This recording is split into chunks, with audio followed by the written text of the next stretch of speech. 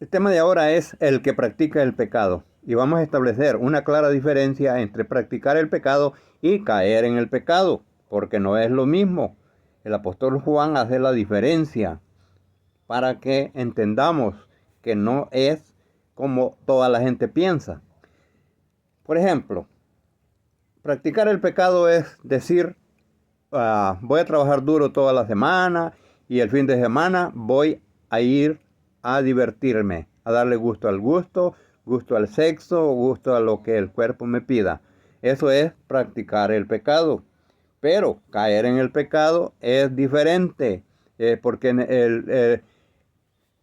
el caer en el pecado es una cosa repentina que no se planea, pero que la carne es vencida.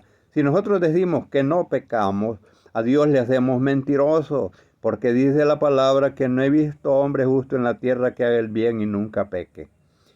Por lo tanto, tenemos que tener bien claras esas diferencias entre caer en el pecado y practicarlo.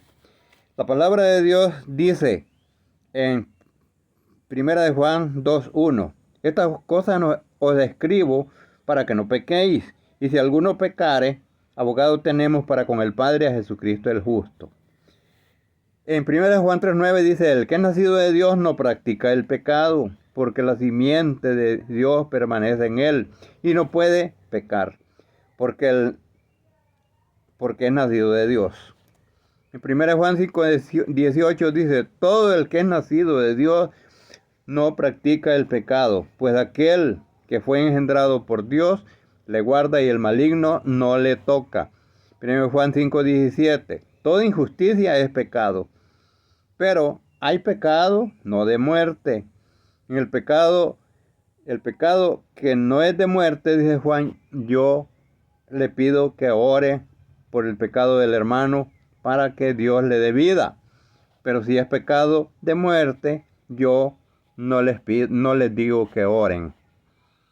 No hay explícitamente en la escritura, no hay algún versículo que diga claramente cuál es el pecado de muerte y cuál es el que no es. Pero lo deducimos por discernimiento de la palabra. Acuérdense cuando el Señor estaba predicándoles y pues hacía milagros y todo. Cuando llegaron los judíos, los fariseos, los que lo perseguían, y le dijeron: por el Belcebú echa fuera los demonios. Imagínense, ¿qué está haciendo allí? Está atribuyéndole una obra del Espíritu Santo al maligno, a Belcebú, el príncipe de los demonios. Entonces, ahí claramente está explicando Jesús de una manera tácita, está explicando que cuando él dice, si yo, dice, por el dedo de Dios, yo echo fuera a los demonios, sabed que el reino de Dios está con vosotros. Todo pecado, dice, le es perdonado al hombre, pero el pecado, dice, contra el Espíritu Santo, no será perdonado ni en este siglo ni en el venidero. ¿Por qué a propósito dice Jesús esto? Es porque ellos estaban atribuyéndole una obra del Espíritu Santo, se la estaban dándola a Satanás, al enemigo, al maligno. Allí vemos claramente nosotros que el Señor nos pone bien claro. Pero una cosa me llama la atención, que por qué el Señor aquí dice, todo pecado le será perdonado a los hombres. El que pecare, aún el que pecare contra el Hijo del Hombre, le será perdonado. Pero el que pecare contra el Espíritu Santo, no le será perdonado ni en este siglo ni en el venidero. ¿Qué quiere decir esto? Quiere decir el Señor que el pecado de atribuirle al enemigo las obras del Espíritu Santo es un pecado de muerte. No puede ni siquiera orarse por él porque es un pecado ya de juicio. Lo que me llama aquí la atención, ¿por qué el Señor aquí no menciona al Padre? Solo menciona al Hijo del Hombre y al Espíritu Santo. ¿Saben por qué? Porque el Espíritu Santo es el mismo Padre. Por favor, amados hermanos y amigos que no creen así. Si el Padre es el mayor de todos, si el Padre es del cual provienen todas las cosas, ¿por qué no lo mencionó aquí el Señor Jesucristo? Claro, porque lo está mencionando en la persona, en el Espíritu Santo. Porque el Espíritu Santo no es persona, el Espíritu Santo es espíritu. No sé de dónde alguien sacó esa idea de que el Espíritu Santo es persona y que el Padre es persona. No, no son personas. Busque la definición de persona en el diccionario y pregúntenle allí qué es una persona y le va a decir que una persona es un ser viviente, un ser humano de la tierra. Un ser humano de la tierra que se puede tocar y ver.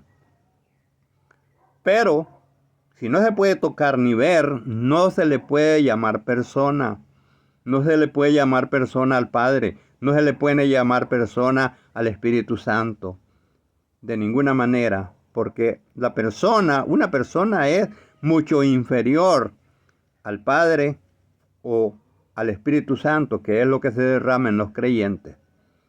Pero eso sería otro tema. Pero me llamó la atención, pasando por el versículo, que no menciona al Padre para nada. Pero está mencionando al Espíritu Santo, que es lo mismo. El Espíritu Santo es el Padre derramándose en los corazones de los creyentes. Entonces hemos aclarado de que el objetivo de este corto video es para enseñar que no es lo mismo, que no hay que confundir practicar el pecado que caer en el pecado. Porque si pecáramos voluntariamente, dice Hebreos 10:26, ya no queda más sacrificio por el pecado. Si después de haber recibido el amor de la verdad y continúa pecando, ya no queda más sacrificio por el pecado, sino una horrenda expectación de juicio que devorará a los adversarios. Hasta aquí, hermanos. Que el Dios Todopoderoso, el digno de la honra, la gloria y la alabanza, los bendiga, amados hermanos, amigos y familiares. En el nombre de Jesús. Amén.